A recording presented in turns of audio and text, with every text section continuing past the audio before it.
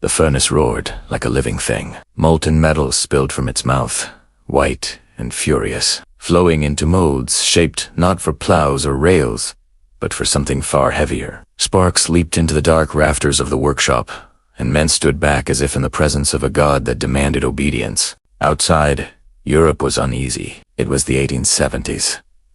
Empires watched one another with suspicion.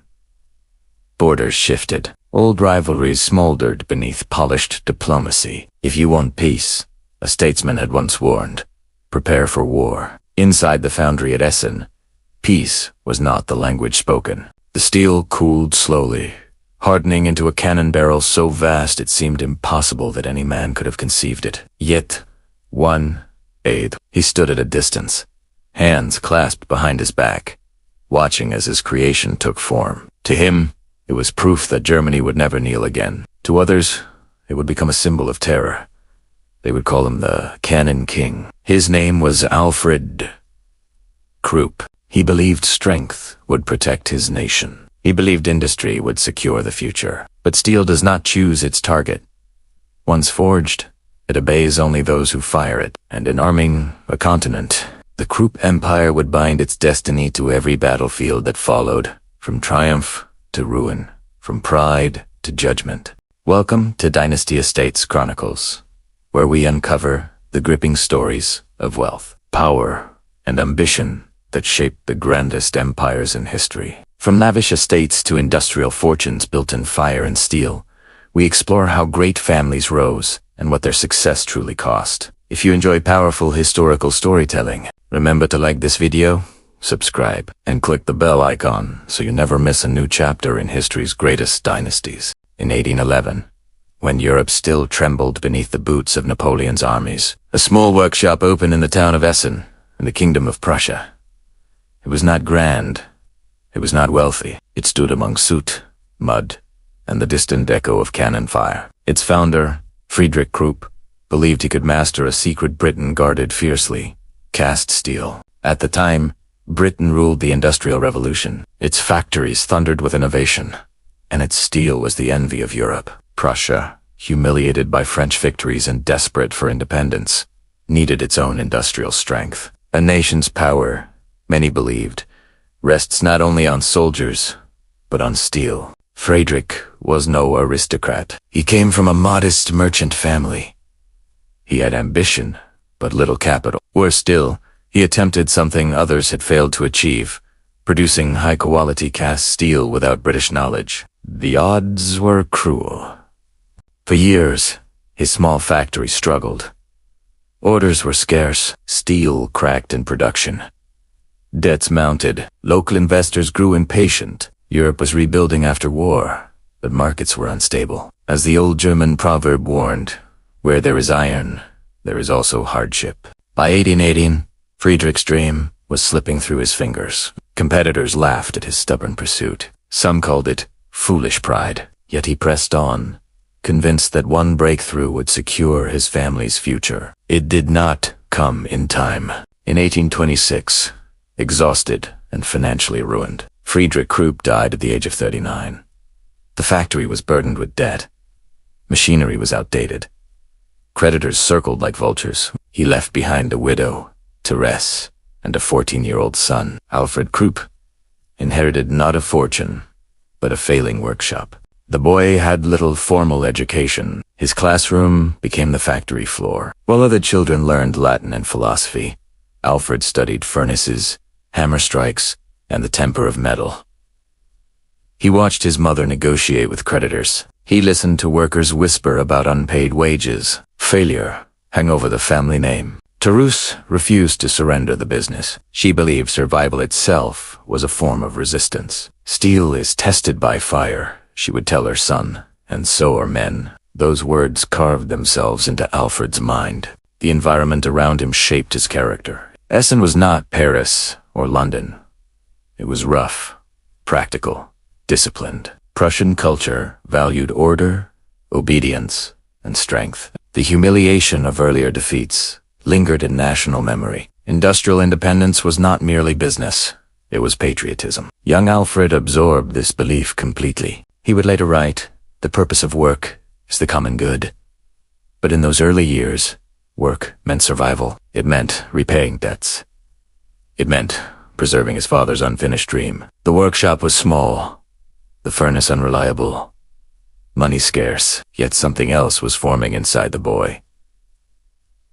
Something harder than steel. He learned early that the world respects strength and forgets weakness. He learned that pride can destroy a man, but also drive him beyond ordinary limits. By the time he reached adulthood, Alfred Krupp had made a silent vow.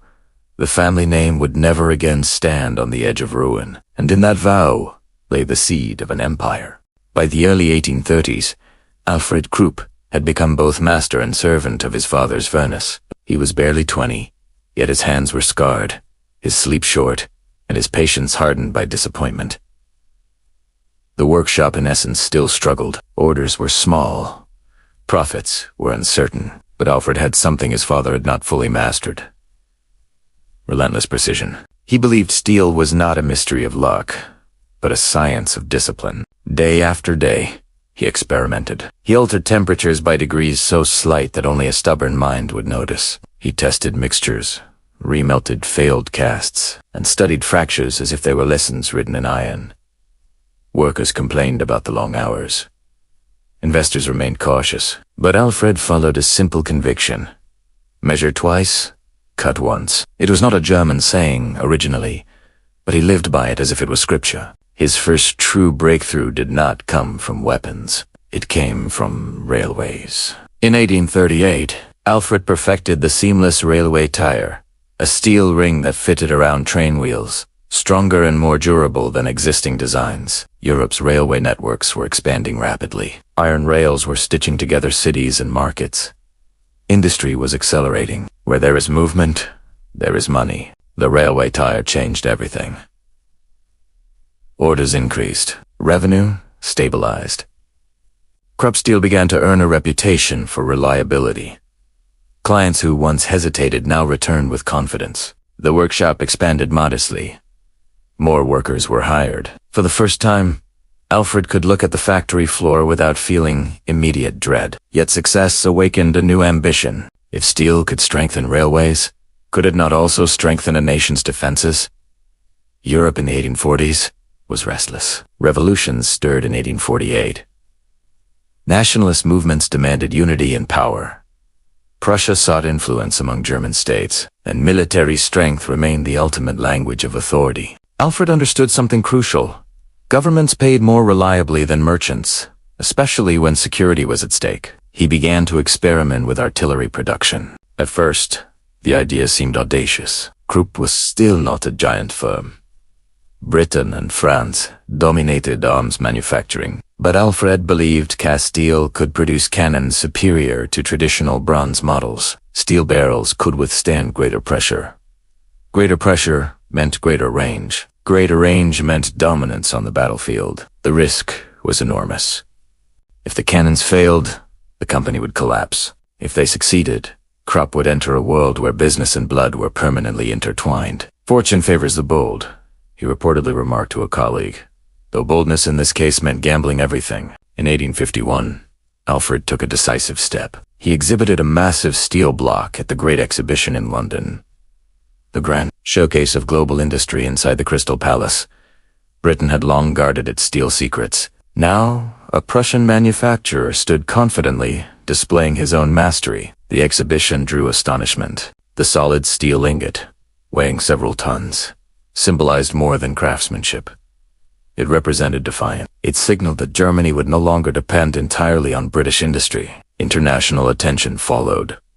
Contracts expanded. Military officials began to observe Krupp's work more closely. By the mid-1850s, Prussia placed artillery orders. The shift was subtle but profound. The factory floor changed rhythm. Railway components shared space with cannon molds. The furnace burned hotter. Workers sensed the transformation. Some felt pride. Others felt unease. Alfred justified the direction with a firm belief. The only way to defend peace is through strength. Whether those exact words were spoken or refined later, they captured his philosophy perfectly. He convinced himself that stronger weapons meant fewer wars. that deterrence would preserve stability, that industry served the common good. But as an old proverb warns, he who rides a tiger cannot easily dismount. By choosing armaments, Alfred Krupp tied his fortunes to the ambitions of statesmen and generals. Steel that once carried passengers now carried destruction. Each successful cannon strengthened his empire and narrowed his path. He did not yet see the full cost. He saw only progress, and progress, once tasted, is rarely surrendered willingly. By the mid-1850s, the furnaces of Essen no longer whispered, they roared. Alfred Krupp had crossed the threshold. The factory was no longer a struggling workshop, but an expanding industrial force. Orders from the Prussian military increased steadily. His steel artillery proved stronger and more reliable than bronze cannons. Each successful test strengthened his reputation. Each contract tightened his bond with the state. And in 19th century Europe, the state meant destiny. The unspoken rule of the age was simple. Power respects power. Diplomacy was polite, but cannons were convincing. Krupp understood this language well. He expanded relentlessly. New workshops rose beside old ones. Steam hammers thundered. Day and night, thousands of workers were employed. Essen began to transform from a modest town into an industrial stronghold. Smoke filled the skies. Rail lines connected the factory to the wider German states. The Krupp works became a city within a city. Yet Alfred did not merely build machines. He built control. He introduced housing estates for workers. He funded schools, hospitals, and pension schemes. At first glance, it appeared generous. Many workers admired him. Some even referred to him as a paternal guardian. But these benefits came with strict discipline. Employees were expected to obey company rules in both work and private life. Order is the foundation of strength, Alfred often insisted. To him, loyalty was not optional. It was essential. In 1862, Otto von Bismarck declared that the great questions of the day would not be decided by speeches, but by blood and iron. The phrase echoed across Prussia. Though spoken by a statesman, it might well have described Krupp's own philosophy. Blood would be shed, iron would supply it. The decisive moment came with the wars of German unification. In 1866, during the Austro-Prussian War, Krupp's steel breech-loading cannons gave Prussian forces a technological edge. The weapons fired faster and with greater accuracy than many of their rivals. Victory came swiftly. Confidence in Krupp artillery soared. But it was the Franco-Prussian War of 1870 to 1871 that sealed his legend. France, still resentful of rising Prussian power, entered conflict, expecting superiority. Instead, Krupp cannons devastated French fortifications. At the siege of Sedan, artillery played a decisive role. The speed and force of German steel stunned observers across Europe. When France fell and the German Empire was proclaimed in January 1871 at the Palace of Versailles, Krupp's name stood quietly behind the triumph. He had armed a nation into unity. From that point forward, he was no longer merely a manufacturer. He was the Cannon King. The Kaiser himself took notice. Wilhelm I regarded Krupp as indispensable to the strength of the new German Empire. Access to political elites followed. Prestige followed wealth. Wealth multiplied. By the early 1870s, the Krupp works employed nearly 12,000 men. It was one of the largest industrial enterprises in Europe. Visitors toured the vast facilities and some describe it as a cathedral of steel.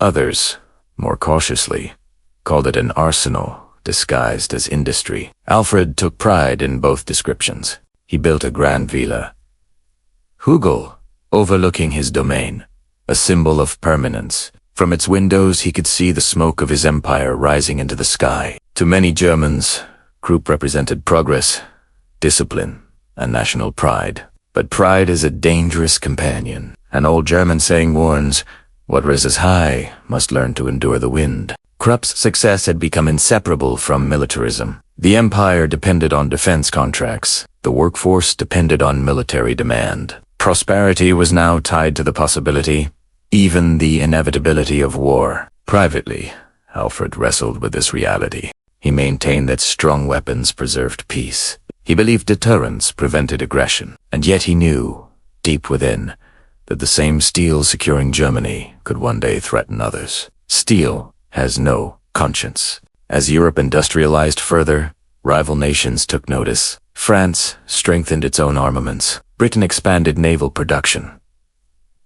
Russia modernized its forces. An arms race, though not yet fully visible, was quietly forming. Krupp cannons were exported beyond Germany's borders. Business was business. Contracts were contracts. The empire grew wealthier with each sale. But with every shipment, the circle widened. Fire does not ask who feeds it, an old proverb says. It only burns. By 1873, Alfred Krupp stood at the height of his power. He had transformed debt into dominance, humiliation into honor, and a small workshop into a continental force. Germany was unified. The Krupp name was synonymous with strength. Yet something irreversible had happened.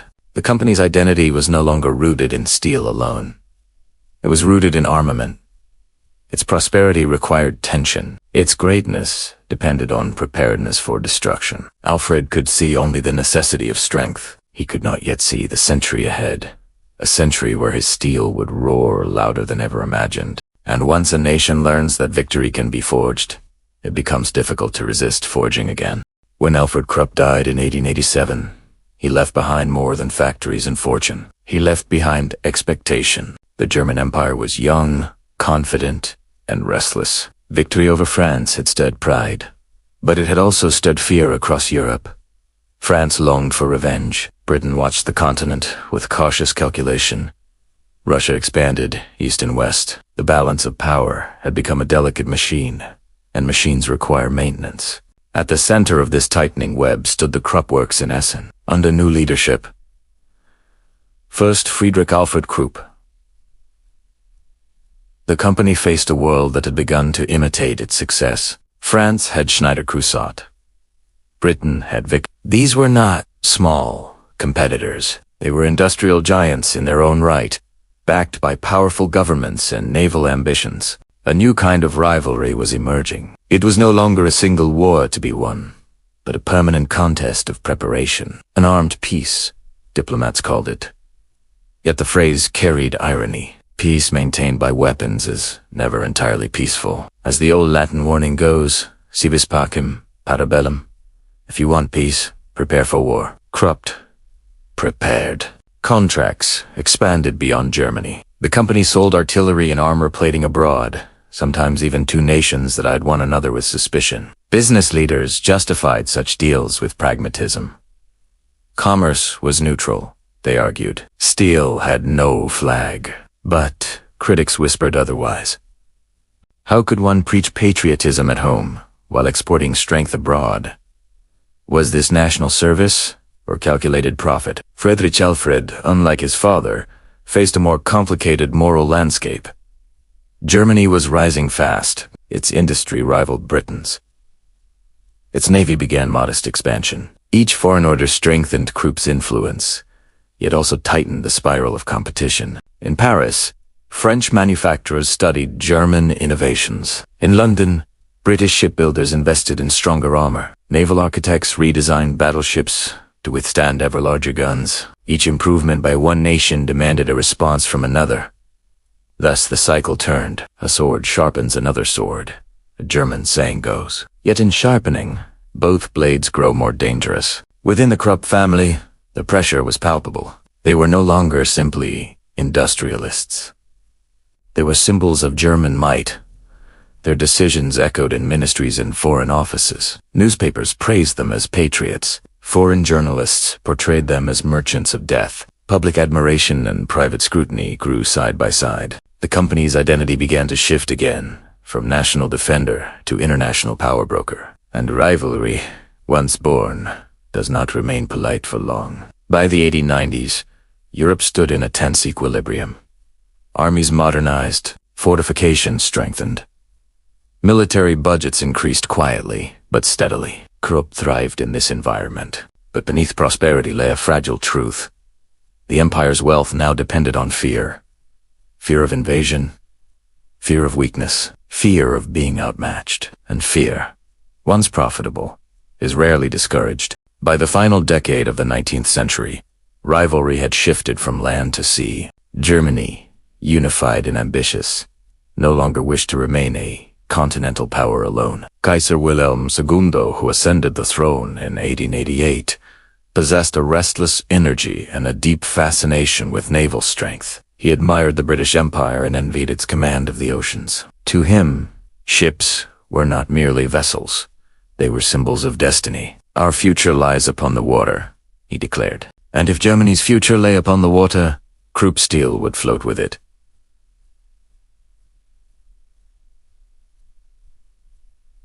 The company had already mastered artillery. Now it intensified production of naval armor plating and heavy guns for battleships. Shipyards demanded stronger steel to withstand modern shells. Naval cannons required longer range and greater explosive power. Krupp answered every challenge with innovation. Across the North Sea, Britain noticed. The Royal Navy had long followed a simple doctrine.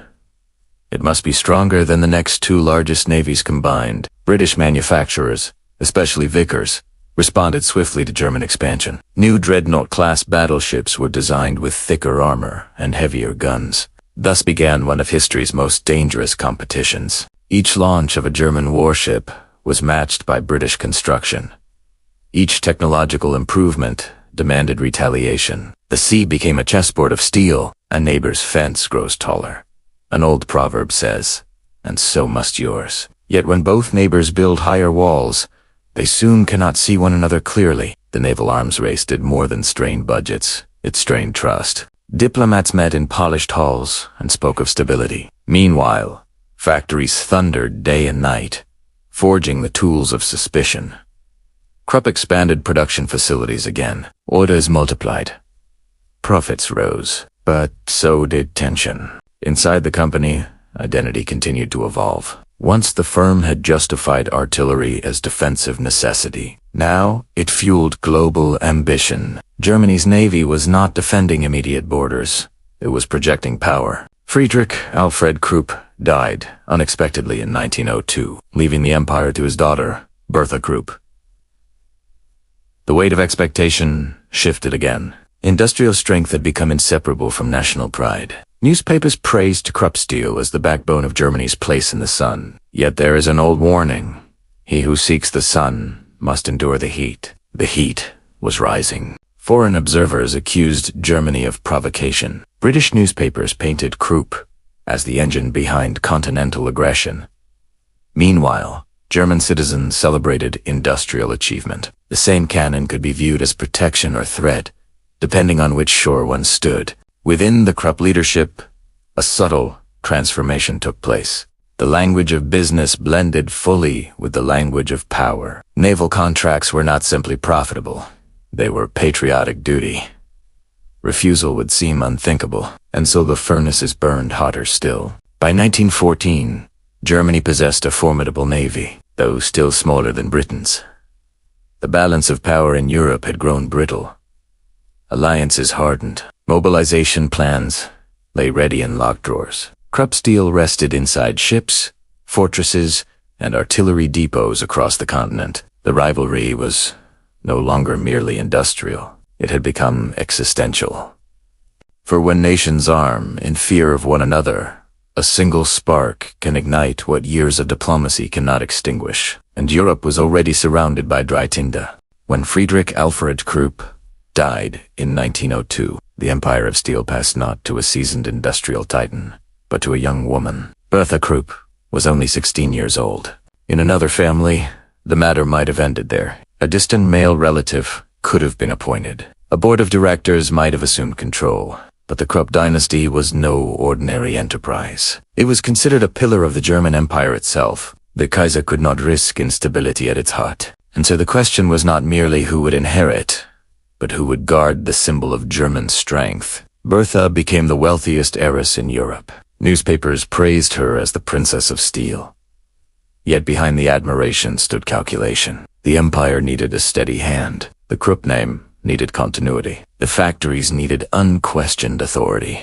An old German saying warns, "Heavy is the head that wears the crown." Bertha had not chosen her crown. Kaiser Wilhelm II took personal interest in her future. He believed the Krupp works were too vital to fall into uncertain hands. In 1906, he orchestrated her marriage to Gustav von Bohlen, and helped a diplomat from a respected aristocratic family. Upon Mariage Gustav adopted the Krupp name, becoming Gustav Krupp von Bohlen und Albert. It was not a romance written in poetry. It was a union forged in strategy. Marriages among the great are rarely private affairs, one contemporary observed. They are alliances. The ceremony symbolized more than personal commitment. It signaled the full integration of industrial power into aristocratic society. The Krupps were no longer merely wealthy manufacturers. They were accepted among Germany's elite. At Villa, Hugel, receptions grew grander. Generals dined beside ministers. Foreign envoys toured the works in Essen. The family moved confidently within circles once reserved for old nobility. Yet acceptance came at a price. To be welcomed by the aristocracy meant embracing its values. Loyalty to the Kaiser was unquestionable. Support for national expansion was expected. Doubt was a luxury the dynasty could not afford. Gustav proved disciplined and intelligent. He understood diplomacy. He spoke the language of statesmen, but he also inherited an empire whose prosperity depended on tension. As Europe approached the 20th century's second decade, alliances tightened. Germany stood aligned with Austria-Hungary and Italy. France strengthened ties with Britain and Russia. Newspapers across Europe fanned patriotic fervor. Publicly, the Krupp family embodied confidence. Privately, unease crept in. Bertha, though raised within industrial privilege, was not blind to the implications of their work. She visited worker estates. She saw the endless rhythm of production. She knew that every naval gun and artillery shell carried potential consequence. Steel does not bleed, she once remarked quietly to Gustav, but men do. The remark lingered. Gustav responded as many leaders of the era did. Strength ensured security. Weakness invited invasion. If we do not build, he argued, others will, and against us. His reasoning echoed the common wisdom of the time, and so, production expanded. The Krupp works continued to supply artillery, naval guns, and armor plating. Their name became synonymous with German might. Foreign critics increasingly referred to the company as the engine of militarism. German citizens hailed it as a shield. Public perception and private reality began to diverge. The Krupp family enjoyed splendor. Villa Hugel stood as a monument to industrial success. Yet the atmosphere in Europe darkened. Naval rivalry with Britain intensified. France rearmed steadily. Russia modernized its forces. A storm announces itself long before the first thunder, says an old proverb. By 1913, the air across Europe felt charged. Military budgets soared. Conscription numbers rose. War plans were refined. The Krupp factories prepared for greater output, not because war had begun, but because it might. The rivalry that had once been economic now felt personal. Foreign newspapers caricatured the Krupps as merchants of death. German press defended them fiercely. The family's identity became contested terrain. Were they patriots safeguarding the Reich, or profiteers feeding instability? Such questions do not remain external. They seep inward. For Gustav, honor and duty merged completely with production. For Bertha, the burden was quieter, but heavier. She carried the Krupp name not only as heiress, but as mother to the next generation. The future of her children would be inseparable from the legacy of steel, and legacy, once tied to war, cannot easily be untied. By the summer of 1914, Europe stood balanced on the edge of catastrophe. Alliances formed a chain reaction waiting for a spark. The Krupp works operated at formidable capacity, ready to answer the call of mobilization should it come. They had achieved everything their founder dreamed of. Wealth, prestige, acceptance, influence. Yet acceptance had bound them more tightly than ever to the fate of the German Empire. Where power grows, responsibility grows beside it. An old maxim teaches, but responsibility, in times of rising nationalism, is often redefined as loyalty. When the spar finally came in Sarajevo, far from Essen, the Krupp dynasty would discover that social acceptance and industrial greatness could not shield them from what followed. For once a continent prepares endlessly for war, war eventually arrives. On the 28th of June 1914, a gunshot echoed through the streets of Sarajevo. At first, it seemed like a distant incident. The assassination of Archduke Franz Ferdinand, heir to the Austro-Hungarian throne. Yet in the tense machinery of European alliances, a single spark could ignite the entire structure. As one statesman later reflected, "The lamps are going out all over Europe. We shall not see them lit again in our lifetime." Wheaten weeks' mobilization orders rippled across capitals. In Berlin, telegrams moved swiftly between ministries. Generals unfolded long-prepared plans. Railway schedules were adjusted with mechanical precision. The German Empire did not drift into war. It stepped into it with calculation. And in Essen, the furnaces were stoked higher. The Krupp works had prepared for such a moment for years. Production schedules shifted overnight. Civilian contracts were delayed. Military priority became absolute. Workers were summoned in greater numbers. Overtime ceased to be exceptional. It became constant. "A nation in arms must be supplied in iron," declared one military official. The scale of preparation was staggering. Artillery pieces were assembled with urgency. Naval guns were inspected and reinforced. Shell casings were produced in relentless quantities. The rhythm of industry matched the rhythm of mobilization. Among the most formidable weapons produced was the massive siege artillery soon to be nicknamed Big Bertha, after Bertha Krupp herself. These enormous howitzers were designed to crush fortified positions previously thought impregnable. Their barrels stretched like iron cathedrals. Their shells weighed nearly a ton. 2 engineers. They were triumphs of design. 2 soldiers who would face them. They would become nightmares. Gustav Krupp oversaw operations with disciplined resolve. The company's duty, in his mind, was clear. Germany faced encirclement by rivals. Loyalty demanded action. In times of trial, he reportedly told associates, "A house divided cannot stand." The Krupp house would not divide. Yet, beneath the certainty lay tension. Bertha watched as the factory grounds transformed into a hive of war preparation. She had grown up with the language of steel, but now its purpose was unmistakable. No longer was war a possibility to deter.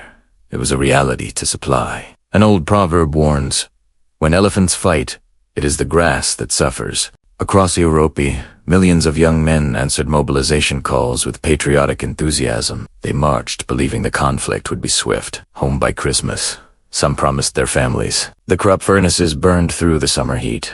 Every shell cast in Essen would soon cross borders. Every cannon forged wood thunder on foreign soil. The industrial rivalry of previous decades had hardened into open confrontation. The stage was set.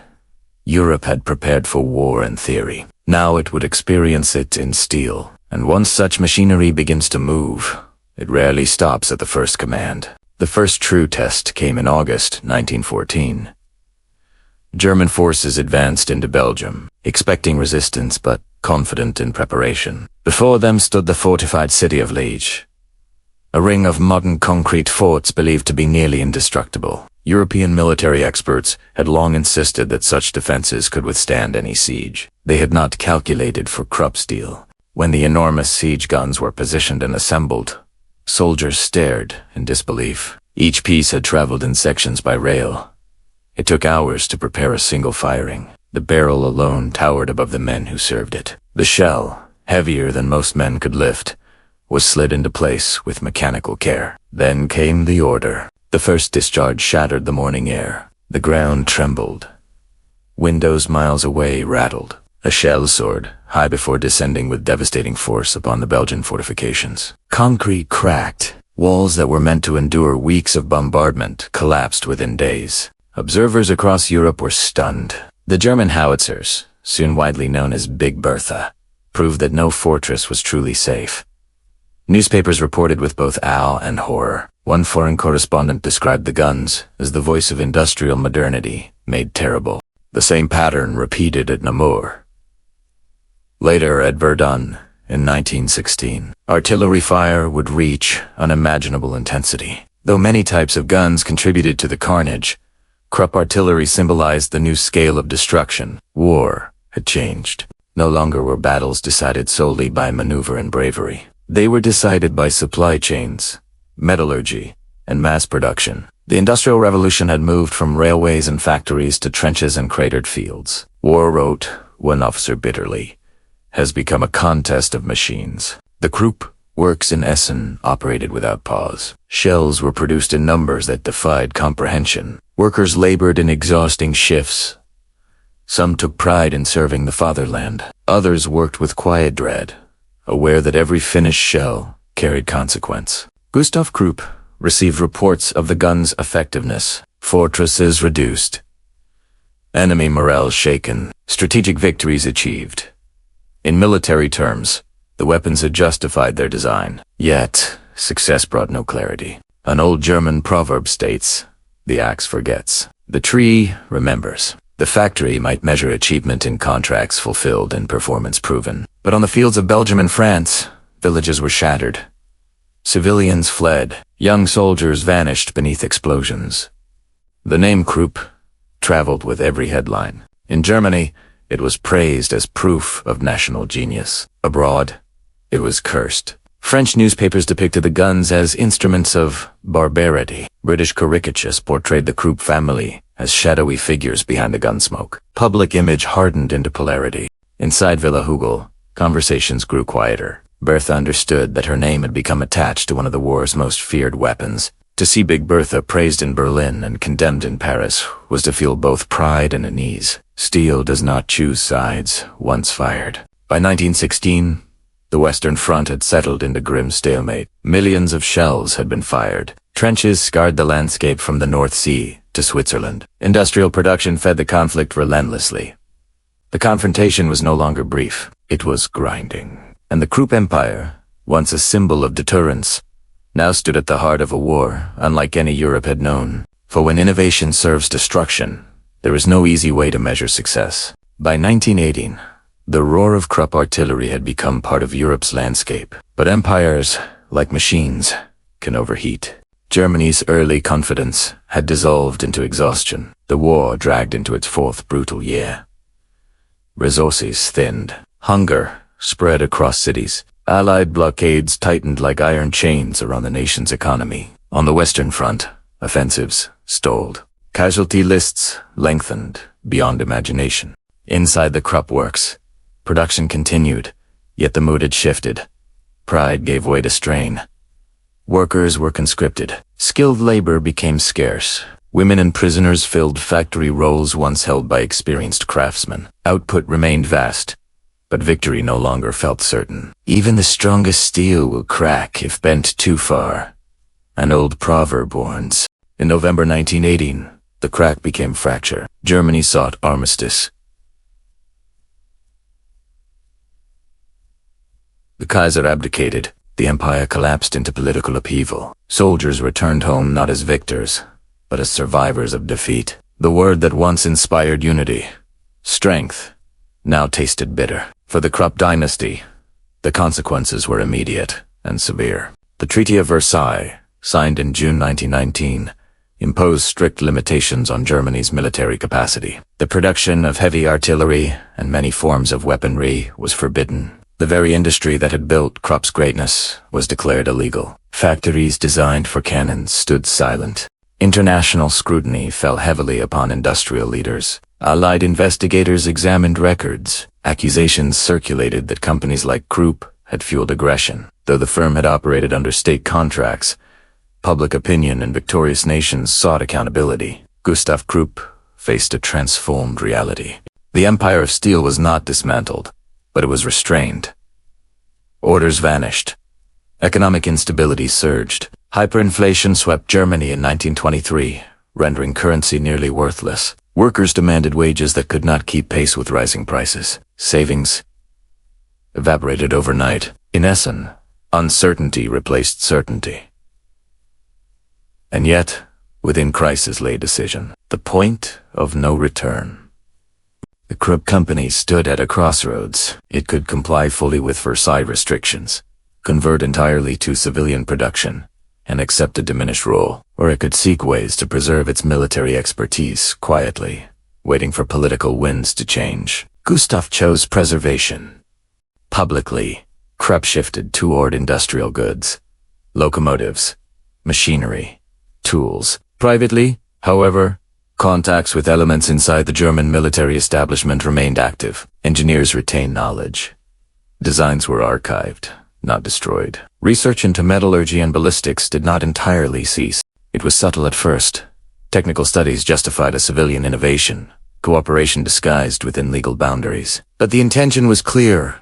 Germany would not remain permanently disarmed. Hope for the best, prepare for the worst, goes the familiar saying.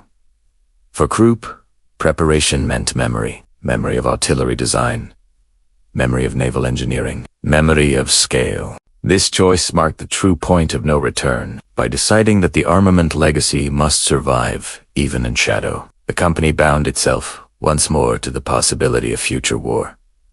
It was no longer merely responding to national policy. It was anticipating its reversal. Inside Germany, resentment against Versailles grew steadily. Many citizens viewed the treaty as humiliation. Political extremism gained traction. Voices calling for renewed strength became louder. The Krupp works, though outwardly compliant, quietly positioned itself for a different future. Bertha observed the change with restrained concern. The devastation of the war was still visible in returning veterans and grieving families. Yet she understood the pressure upon her husband. To abandon armament expertise entirely would mean surrendering the company's core identity. Water may change its course, says an old German proverb, but it still seeks the sea.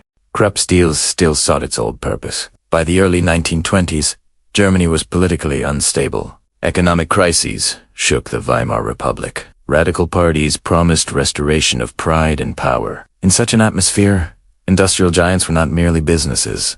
They were strategic assets waiting for opportunity. The moral cost of the decision lingered unspoken. The war had demonstrated the terrible capacity of industrialized conflict. Millions had died. Entire regions were scarred. Yet the lesson many drew was not restraint, but preparation. The Krupp dynasty survived the defeat. It adapted outwardly. It endured humiliation. But inwardly, it refused to let go of the steel that had defined it. In choosing continuity over closure, the empire ensured that its story would not end with the First World War. It would resume, and when it did, the consequences would be even greater. By 1933, the waiting was over. Germany, weakened by economic crisis and political chaos, turned toward a man who promised revival. Adolf Hitler rose to power, pledging to restore pride, rebuild the military, and overturn the humiliation of Versailles. His message was simple and powerful. Strength would return. For the Krupp Empire, the political wind had shifted decisively. Restrictions on rearmament were quietly ignored, then openly discarded. Military contracts returned with astonishing speed. Factories once subdued roared back to life. The knowledge preserved in the shadows during the 1920s now found open application. Tanks, artillery, submarines, German rearmament accelerated. Gustav Krupp publicly pledged loyalty to the new regime. In 1933, industrial leaders signed declarations supporting Hitler's government. Many believed, or chose to believe, that national revival justified cooperation. Desperate times call for decisive action, some argued, but desperation can blur judgment. By the late 1930s, Krupp factories had become central pillars of Nazi. The invasion of Poland in 1939 ignited the Second World War. Once again, Europerned, and once again, Krupp Steel stood at the heart of the fire. Yet this war differed from the last. As German forces occupied territories across Europe, labor shortages at home intensified. The regime turned to forced labor. Prisoners of war and civilians from occupied nations were transported to German factories. Among them were thousands assigned to work in Krupp facilities. Production targets remained relentless. The demands of total war allowed little room for hesitation. Efficiency overshadowed ethics. Where there is power, there is responsibility, says an old maxim. Yet responsibility, under dictatorship, becomes dangerously distorted. Inside Villa Hugel, Gustav's health declined in the early 1940s.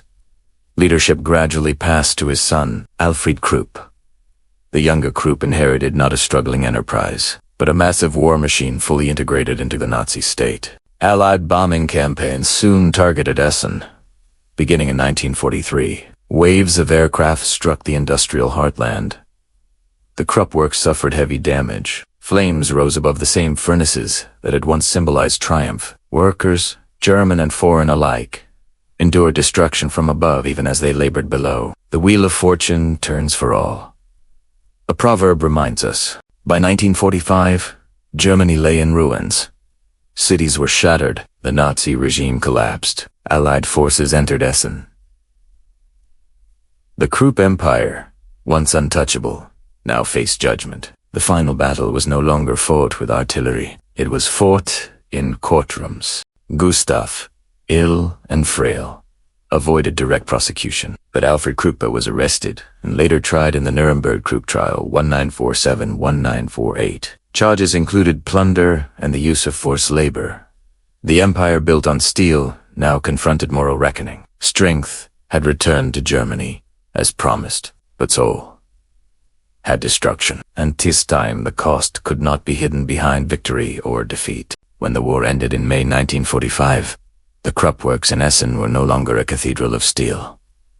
They were rubble. Allied bombing had torn through the industrial complex. Twisted beams lay across shattered ground. Machinery stood silent beneath open sky. The smoke that once symbolized power had been replaced by dust. An old German proverb says, "After the storm, one counts the broken branches." In Essen, there were many. The Allied authorities moved swiftly. The Krupp enterprise, long associated with German militarism, became a central example in the process of reckoning. Alfred Krupp, now head of the company, stood trial in Nuremberg in 1947-1948.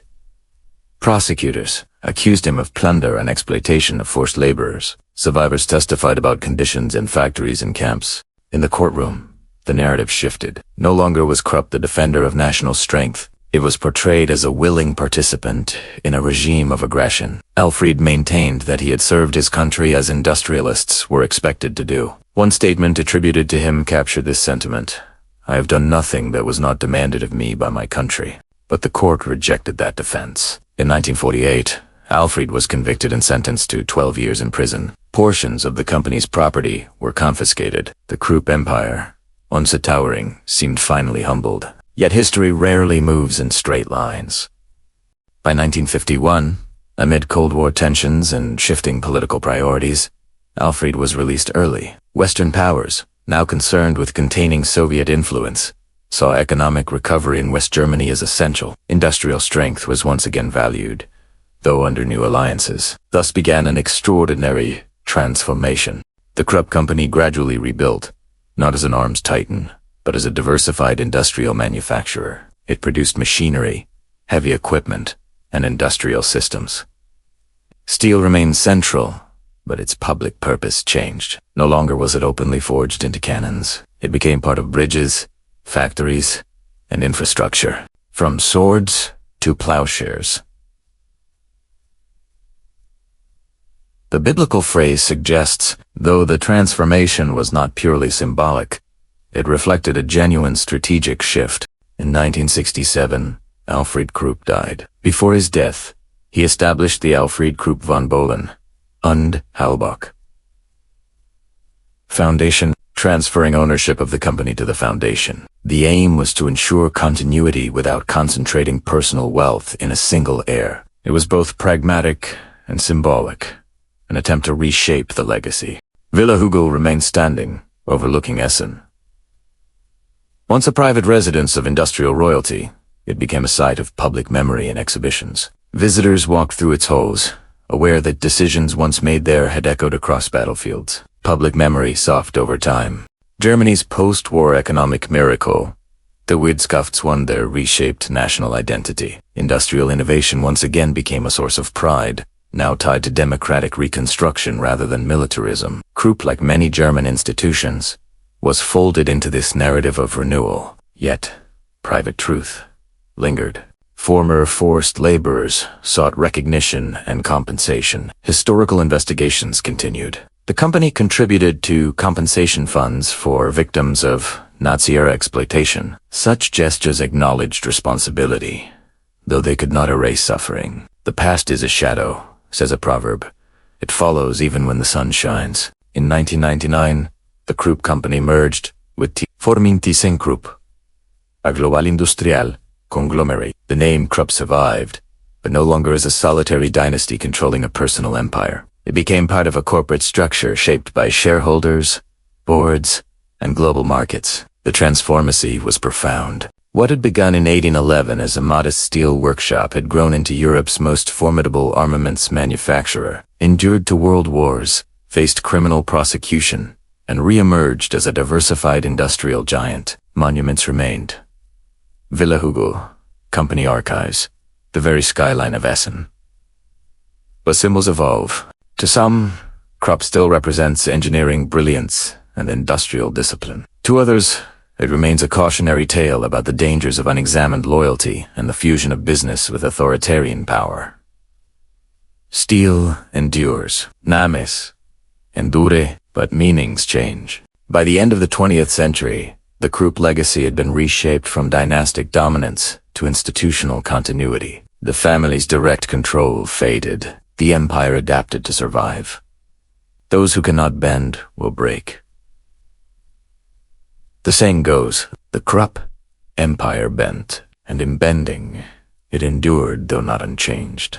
Empires do not always fall with thunder. Sometimes they fade into structure. By the time the 20th century neared its close, the Krupp dynasty no longer resembled the iron-willed family enterprise, forged under Alfred's relentless ambition. The name remained powerful, but the personal rule of a single family had dissolved into foundations, boards, and corporate governance. The age of the Cannon King was over. After Alfred Krupp's death in 1967, direct hereditary control effectively ended. Ownership shifted to the Krupp Foundation, designed to stabilize the company and prevent fragmentation. It was a practical decision and a symbolic surrender of dynastic dominance. An old proverb says, "A tree that grows too tall must one day share its shade."